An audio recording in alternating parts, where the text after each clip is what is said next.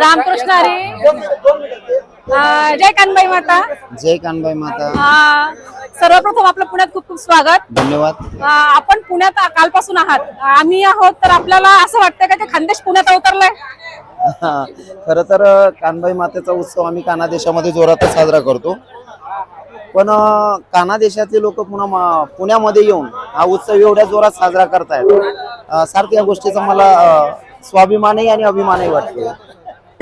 काना देश आपली संस्कृती, आपली परंपरा आपल्या जिल्ह्यापुरती मर्यादित न राहता अगदी पुण्यापर्यंत येऊन पोहोचली आहे आणि अजून खूप म्हणजे पूर्ण विश्वात पोहोचावी अशी इच्छा आहे. बिलकुल बिलकुल. आणि माझ्या काना देशाच्या तरुणांवर मतलब आमच्यावर संस्कारच आई वडिलांचे असे की आम्ही परंपरा टिकू, आणि तरुणांना बघून तर असं वाटतं की ते टिकवतीलच, यात शंका नाही. खरंच तरुणाईचा सहभाग जो आहे तो आपल्याला अपेक्षित होता पुण्यात. खरं तर वाटत नव्हतं की एवढे तरुण जोडतील. रात्री कीर्तनात पण बाबा लोकांपेक्षा तरुणच जास्त होते. अगदी रममाण झाले होते सगळे. हो बिलकुल बिलकुल. असं वाटत होतं साक्षात कानबाई माता इथे विराजमान आहेत. म्हणजे देवी कुठेही असू दे, तिचा आशीर्वाद, तिची प्रार्थना केली की तिचा आशीर्वाद आपल्याला नक्की मिळेल. तर आपण आज या पुण्यात आलेला आहात, तर आम्हा खानदेशी बंधू भगिनींना किंवा जे काही भाविक आहेत त्यांच्यासाठी काय अपेक्षित, काय काय आशीर्वाद देऊ इच्छिता?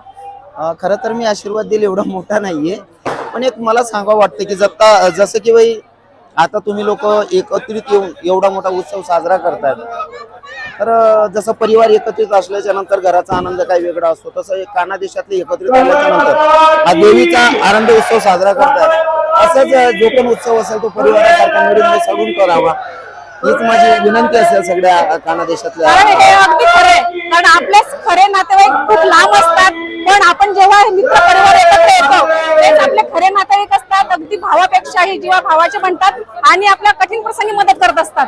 जी बिलकुल. या विचारांशी मी सहमत आहे मॅडम, कारण बऱ्याच ठिकाणी असं पाहायला भेटतं की भावा भावात वाद होतो, पण मग मित्र होत नाही.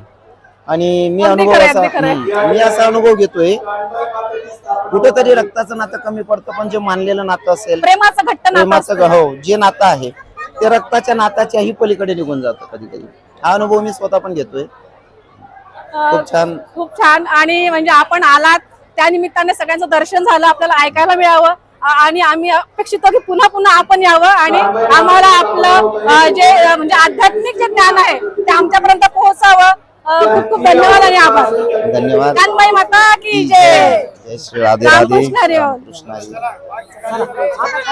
हा माईक काढला का? नाही.